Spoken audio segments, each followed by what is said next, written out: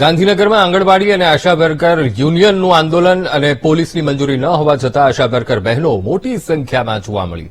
લઘુત્તમ વેતન વધારવા અને ફિક્સ પગારદાર બનાવવાની જે માંગ છે અને આ માંદગી અને વેકેશનની રજાઓમાં પણ વધારો કરવા તેમની માંગ છે. તો હાલ મહિલા કર્મચારીઓને 4,000 થી 5,500 સુધીનું વેતન મળે છે અને અમુક માંગણીઓને લઈને આશા વર્કર બહેનો આંદોલનના માર્ગે છે.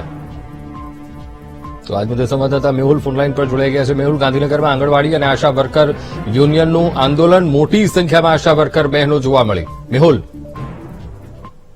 હવે તો આંગણવાડી બહેનો પોતાની પડતર માંગણીને લઈને લાંબા સમયથી વિરોધ પ્રદર્શન કરી રહી છે. તેના જ ભાગરૂપે આજે ફરી એકવાર પૂર્વ મંજૂરી પોલીસની ન હોવા છતાં પણ મોટી સંખ્યામાં આંગણવાડી અને આશા વર્કર બહેનો ગાંધીનગર વિરોધ પ્રદર્શન કરવા માટે પહોંચી હતી. પોતાની ફિક્સ પગારની માંગણી અને લઘુત્તમ વેતનની માંગણી જે છે તથા જે માંદગી રજા અને વેકેશનની જે રજાઓનો મુદ્દો છે તેને લઈને આ વિરોધ લાંબા સમયથી તેઓ કરી રહ્યા છે. આ પહેલા પણ ગત સપ્તાહે મોટી સંખ્યામાં બહેનો ઉપસ્થિત રહી હતી.